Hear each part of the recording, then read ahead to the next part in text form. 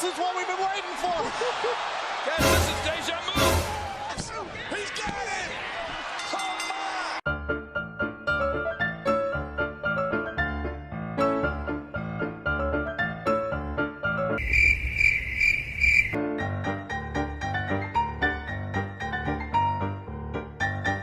It's only a game.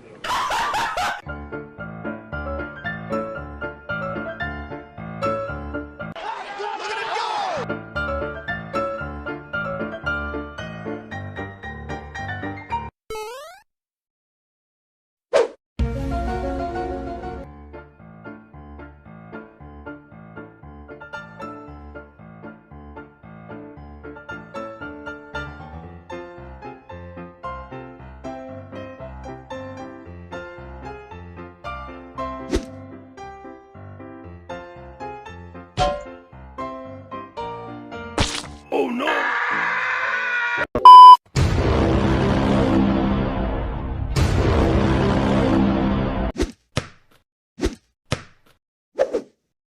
Nope. Nope. Nope.